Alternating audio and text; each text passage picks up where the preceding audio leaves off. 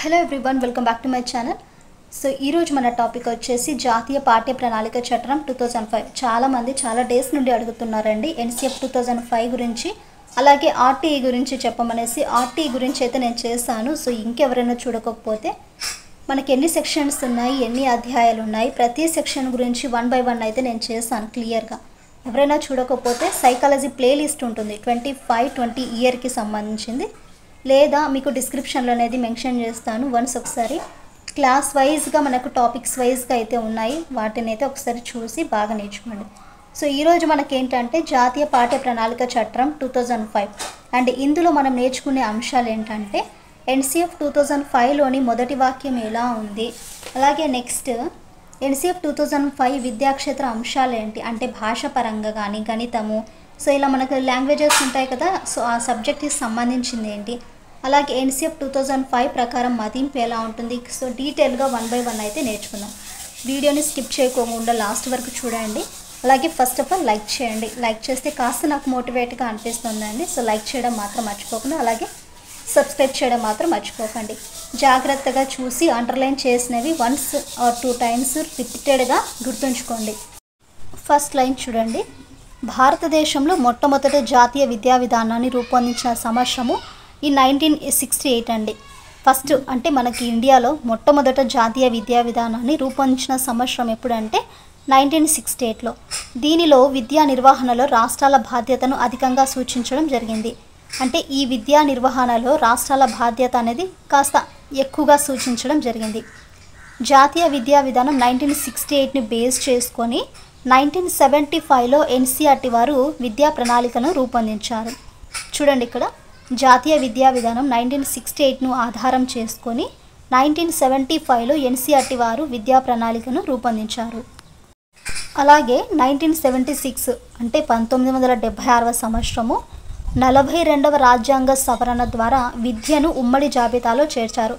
చాలా important bit ఇది. 1976వ సంవత్సరంలో విద్యను ఉమ్మడి జాబితాలో ఎప్పుడు ఏ రాజ్యాంగ సవరణ ద్వారా విద్యను ఉమ్మడి జాబితాలో చేర్చారంటే 42వ రాజ్యాంగ సవరణ ద్వారా విద్యను ఉమ్మడి జాబితాలో చేర్చారు. అలాగే ఎన్పిఈ 1986లో విద్యా నిర్వహణలో కేంద్ర రాష్ట్ర ప్రభుత్వాల బాధ్యతలను సమానంగా వివరించడము జరిగింది. అలాగే మనకు ఉమ్మడి మౌలికాంశాలు అనే భావనను విద్యా ప్రణాళిక నిర్వహణలో అంటే నిర్మాణంలో ప్రధాన అంశంగా చేయాలని సూచించింది. ఉమ్మడి మౌలికాంశాలు ఉంటాయి కదా, సో ఈ ఉమ్మడి మౌలికాంశాలు అనే భావనను విద్యా ప్రణాళిక నిర్మాణంలో ప్రధాన అంశంగా చేయాలనేసి సవరించింది. ఎన్పిఈ 1986 ఆధారంగా 1988లో ఎన్సిఆర్టీ వారు పాఠశాల విద్యా కొరకు విద్యా ప్రణాళికను రూపొందించారు.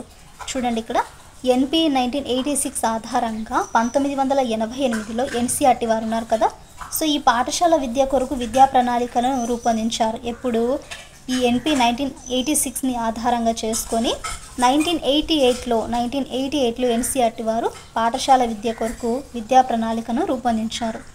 1988 విద్యా ప్రణాళికలో అంశాలు విద్యార్థుల మెదళ్ళపై అధిక ఒత్తిడిని కలుగజేసేవిగా ఉన్నాయని, బరువు లేని చదువు అంటే వితౌట్ బర్డెన్ అంటే మనకు బరువు లేని చదువు అనే శీర్షికతో ఒక నివేదికను సమర్పించింది. ఆ నివేదికను సమర్పించింది ఎవరంటే యశ్పాల్ కమిషన్. చాలా ఇంపార్టెంట్ బిట్ అయితే మనకు, అంటే ఎవరికైతే మనకు విద్యార్థులు పిల్లల మీద ఎక్కువగా బర్డెన్ అనేది ఉండకోకుండా వాళ్ళకి ఒత్తిడిని కలుగజేసేవిగా ఉన్నాయనేసి, అంటే 1988లో విద్యా ప్రణాళికలోని అంశాలు ఎలా ఉన్నాయి, విద్యార్థుల మెదళ్లపై అధిక ప్రెజర్ కలుగజేసేవిగా ఉన్నాయనేసి ఈయన యశ్పాల్ కమిషన్ వచ్చేసి బరువు లేని చదువు అనే శీర్షికను ఒక నివేదికను సమర్పించింది. ఎవరు సమర్పించారండి ఇక్కడ? యశ్పాల్ కమిషన్ 1992-93లో. అలాగే 1988 విద్యా ప్రణాళికపై కేంద్ర ప్రభుత్వం సమీక్ష అనంతరం 2005లో ప్రొఫెసర్ యశ్పాల్ నేతృత్వంలో జాతీయ సారథ్య సంఘంను ఏర్పాటు చేశారు. 1988 విద్యా ప్రణాళికపై కేంద్ర ప్రభుత్వ సమీక్ష తర్వాత 2005లో ప్రొఫెసర్ యశ్పాల్ నేతృత్వంలో జాతీయ సారథ్య సంఘంను ఏర్పాటు చేశారు. అలాగే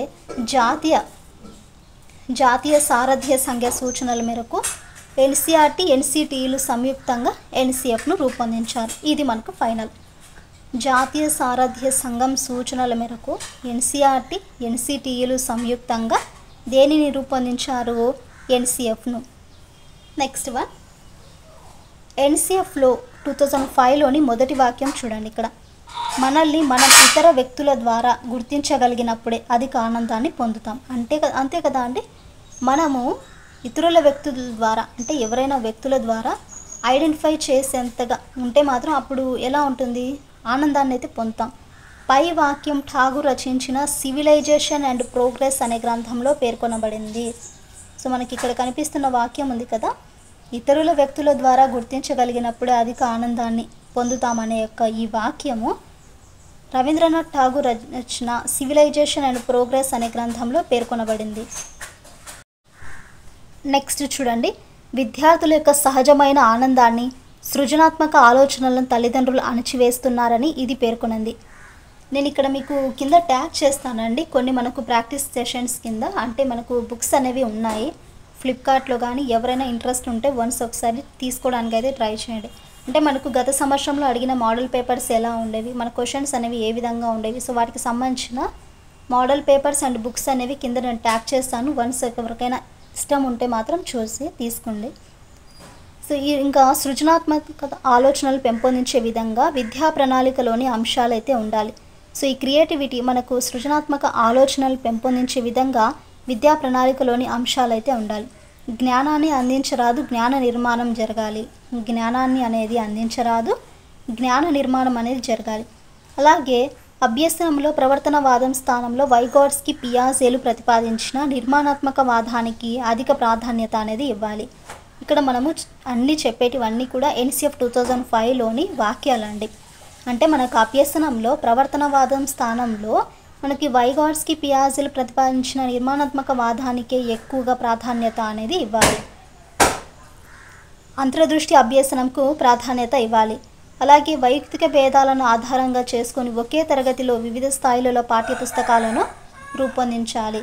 సో ఇక్కడ గమనించినట్లుగా అయితే ఫస్ట్ వన్ వచ్చేసి ఠాగూర్ గారు రచించిన సివిలైజేషన్ అండ్ ప్రోగ్రెస్లో ఈ గ్రంథంలో మనకు పేర్కొనబడింది. అంటే మనల్ని మనం ఇతరుల వ్యక్తుల ద్వారా గుర్తించగలిగినప్పుడే అధిక ఆనందాన్ని పొందుతాము.